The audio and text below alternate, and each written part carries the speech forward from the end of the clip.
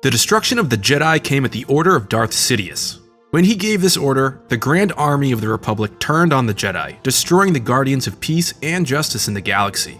After reading Balance, a comic featuring Qui-Gon Jinn, I found the destruction of the Jedi even more tragic, and the reason being is that Qui-Gon was given a vision through the Force, which I think was a heavy foreshadow of the coming Jedi Purge. Imagine if Qui-Gon Jinn had lived through the Phantom Menace. So, this vision, it was more than a simple answer to a current event, that being the fight between two clans from the planet Bryn. So, let us orient ourselves. This comic starts with a mission on the planet Bryn, where two clans are at odds with one another, the Metal Clan and the Mistress of the Wood. Qui-Gon Jinn is there to settle a dispute over trees, but unfortunately, due to the Metal Clan's rigid thinking, no peaceful negotiation will or can occur. Qui-Gon has to get this Mistress of the Wood to safety aboard a starfighter, knowing this clan will kill her to achieve their aim. It's either her blood or her word. The Mistress feels betrayed, thinking Qui-Gon would settle the negotiation by any means necessary, including brute force. Qui-Gon is shamed by the Mistress for not being this quote-unquote Jedi warrior that she had always heard about in stories, and then she calls Qui-Gon a coward. As Qui-Gon contemplates Thayer's words back on Coruscant, Yoda reassures Qui-Gon that he is no coward. But this is not the statement that is troubling him. It's that the Mistress of the Wood said that the Jedi were great warriors. Being a warrior is the furthest thing from what being a Jedi means for Qui-Gon. After the Ruusan Reformation, which I will link a video to in my description, the Jedi no longer are used as military generals, and rightly so.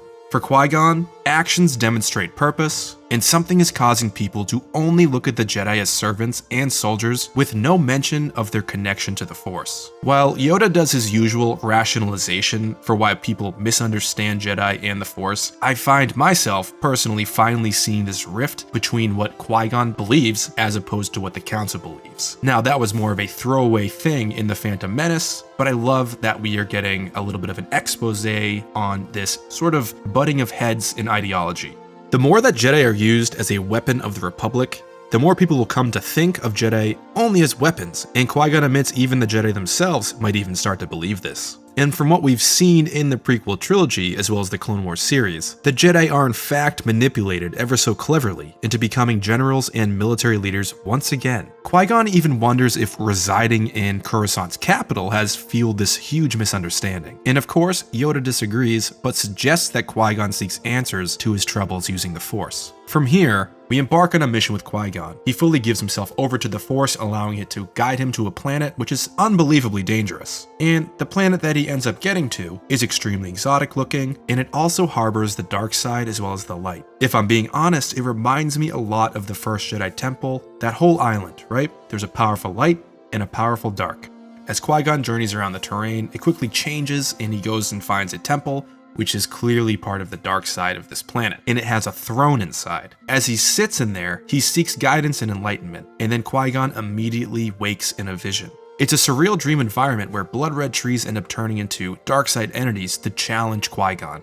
Reacting in defense, he ignites his lightsaber, cutting down each of the forms. But after they are slain, it is revealed that they are all now dead Jedi, killed at the hands of Qui-Gon, the Jedi weapon. He then becomes completely overtaken by the red blood vines, becoming the very thing he was fighting against. And then he wakes up screaming. What Qui-Gon takes away from this is that there needs to be a balance without conflict first and foremost, and sure, this helps him settle the issue with the Mistress of the Wood, but for me, this vision was specifically about the Jedi's future use in the Clone Wars, and how becoming remilitarized is their ultimate demise. Now, for all of you who have read this comic, I wonder if you've come to a similar conclusion, because you could say, since this is a one and done, we should take it at face value, but then again, we are all Star Wars fans, so we like to hyper-analyze every detail. And for me, I just feel like whenever there's something with Qui-Gon, there's way more going on than meets the eye, and of course I'm trying to look deeper into the vision that we are presented with. So let me know down in the comments if you happen to have any similar conclusions after reading this issue. And I'd also like to end this video with a quote from some Legends reading material, and if you can, try to guess the book in the comments. So here's the quote. "We will have to exploit their self-righteousness and blind obedience to the Republic.